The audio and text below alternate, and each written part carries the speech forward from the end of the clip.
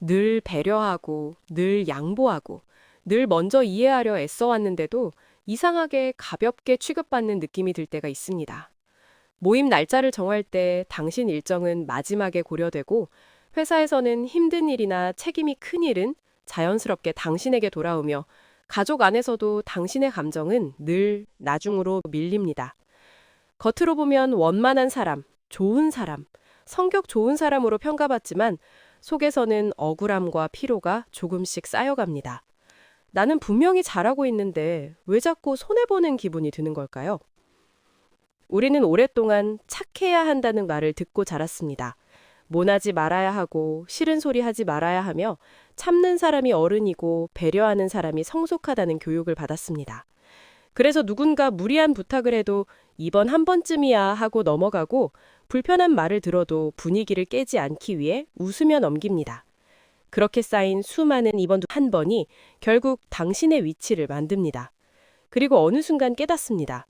나는 좋은 사람인데 왜 존중받는 사람은 아닐까? 여기에는 분명한 심리적 구조가 있습니다. 인간의 뇌는 반복을 통해 패턴을 학습합니다. 당신이 한 번 양보하면 상대는 고마움을 느낄 수 있습니다.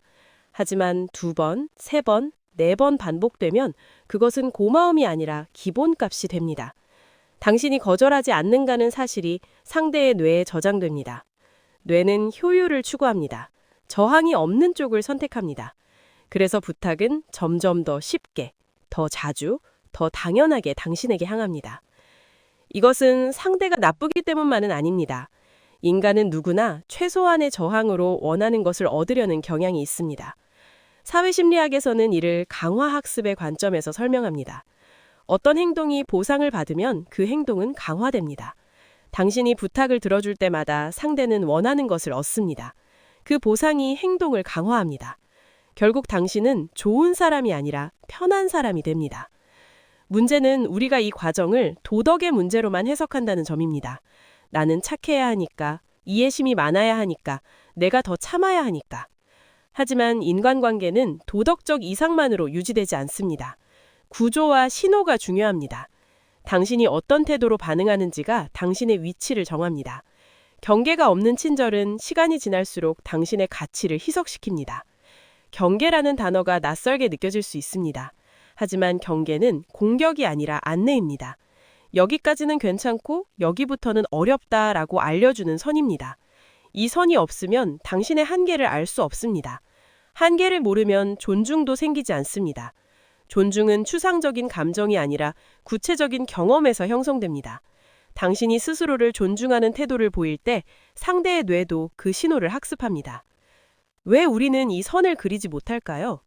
뇌과학적으로 보면 갈등은 위협 신호입니다. 편도체는 관계의 긴장을 위험으로 해석합니다. 누군가 실망할까봐, 관계가 멀어질까봐, 내가 나쁜 사람처럼 보일까봐 불안이 올라옵니다.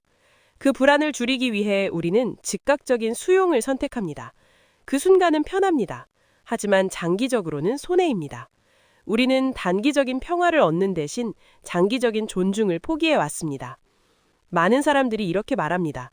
그래도 나는 좋은 사람이 되고 싶어요. 물론 좋은 사람이 되는 것은 중요합니다.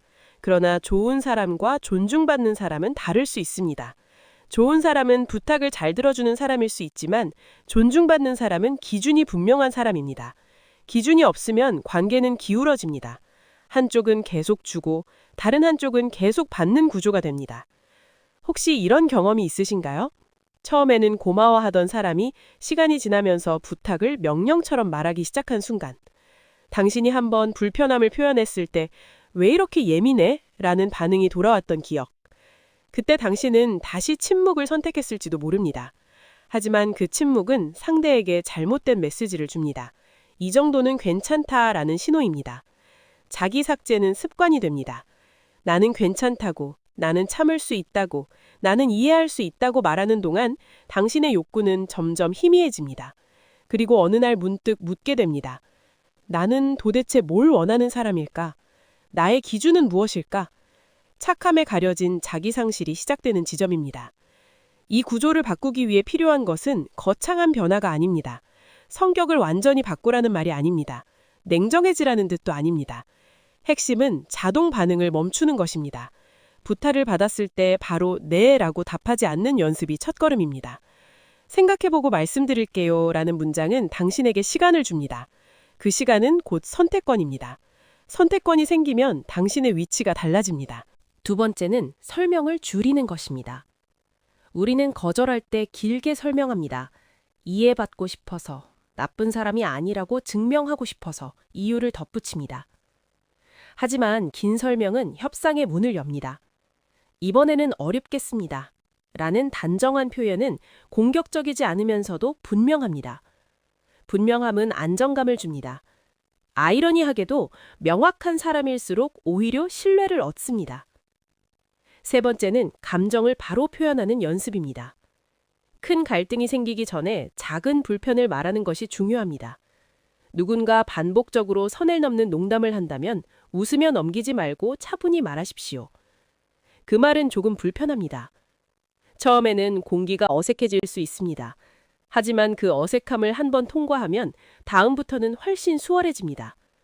뇌는 새로운 경험을 통해 두려움을 재조정합니다. 전전두엽은 반복된 선택을 통해 강화됩니다. 경계를 세우면 관계가 끊어질까 걱정됩니다. 하지만 실제로는 관계의 질이 바뀝니다. 당신을 이용하던 사람은 멀어질 수 있습니다. 그러나 당신을 동등하게 보던 사람은 오히려 더 또렷해집니다. 모두에게 사랑받을 필요는 없습니다. 모두에게 편할 필요도 없습니다. 중요한 것은 당신이 자신을 잃지 않는 것입니다. 여기서 중요한 통찰이 있습니다. 사람들은 당신을 당신이 허용한 만큼 대합니다. 당신이 항상 가능한 사람으로 남으면 당신의 시간은 언제나 열려있는 자원이 됩니다. 그러나 당신이 때로는 불가능한 사람이 되면 그 불가능성이 당신의 가치를 만듭니다. 희소성은 존중을 낳습니다. 무한 공급은 당연함을 낳습니다. 이제 구체적인 실천을 생각해 봅시다. 오늘 하루 누군가 부탁을 하면 즉답 대신 질문을 해보십시오. 언제까지 필요하신가요? 다른 방법은 없을까요? 질문은 협상의 시작이 아니라 경계의 표현입니다. 당신이 생각하는 사람이라는 신호입니다. 또 한 번은 작은 부탁을 정중하게 거절해 보십시오. 거절한 뒤에는 스스로를 비난하지 말고 기록해 보십시오. 어떤 감정이 올라왔는지, 실제 결과는 어땠는지 적어 보십시오. 대부분의 경우 예상보다 큰 문제가 생기지 않았다는 사실을 발견하게 됩니다. 또한 자신의 기준을 글로 써보는 연습을 권합니다. 내가 지키고 싶은 시간, 내가 받아들이기 어려운 태도, 내가 소중히 여기는 가치. 그것을 문장으로 명확히 하면 뇌는 그것을 새로운 규칙으로 인식합니다. 반복해서 읽으면 내면의 나침반이 만들어집니다. 경계는 감정이 아니라 원칙에서 나옵니다. 처음에는 불안이 동반됩니다. 하지만 그 불안은 성장의 신호입니다. 익숙한 패턴에서 벗어날 때 뇌는 긴장합니다. 그 긴장을 몇 번 통과하면 새로운 안정이 형성됩니다. 그때부터는 거절이 두렵지 않고 표현이 자연스러워집니다. 당신의 말이 가벼이 넘겨지지 않는 순간을 경험하게 됩니다. 결국 착한 성격을 버리라는 말은 따뜻함을 버리라는 뜻이 아닙니다. 자기 자신을 지우는 방식을 멈추라는 의미입니다. 당신의 감정과 시간과 에너지는 한정된 자원입니다. 그것을 스스로 소중히 여길 때 타인도 그것을 소중히 여깁니다. 존중은 요청이 아니라 구조입니다. 구조를 바꾸면 결과가 달라집니다. 지금까지 당신은 관계를 지키기 위해 많이 애써왔습니다. 이제는 자신을 지키는 방식도 배워야 할 때입니다. 작은 멈춤, 짧은 문장, 분명한 태도. 이 세 가지가 당신의 위치를 바꿉니다. 그리고 그 변화는 하루아침에 끝나지 않습니다. 반복될수록 당신의 표정, 말투, 분위기가 달라집니다. 사람들은 그 변화를 느끼고 태도를 조정합니다. 오늘 이 이야기를 통해 당신은 관계에서 휘둘리지 않는 기준을 손에 쥐었습니다. 이제 남은 것은 실천입니다. 이번 주 안에 단 한 번이라도 자동 반응을 멈춰보십시오. 그 작은 선택이 당신의 자존감을 강화합니다. 그리고 그 자존감은 다시 행동을 바꿉니다. 그렇게 선순환이 시작됩니다. 저는 오늘 당신에게 관계의 판을 바꾸는 도구를 건넸습니다. 당신이 더 이상 착한 사람으로 소비되지 않고 존중받는 사람으로 살아가길 바랍니다. 이 변화는 당신 혼자만의 것이 아닙니다. 당신이 기준을 세우면 당신 주변의 관계도 건강해집니다. 당신의 삶이 조금 더 단단해집니다. 이런 이야기가 당신에게 생각할 거리를 주었다면 앞으로도 함께 하시길 바랍니다. 스스로를 지키는 사람으로 살아가겠다는 결심이 생겼다면 구독으로 함께 해주십시오. 당신의 선택이 당신의 기준이 되고 그 기준이 당신의 존중을 만듭니다.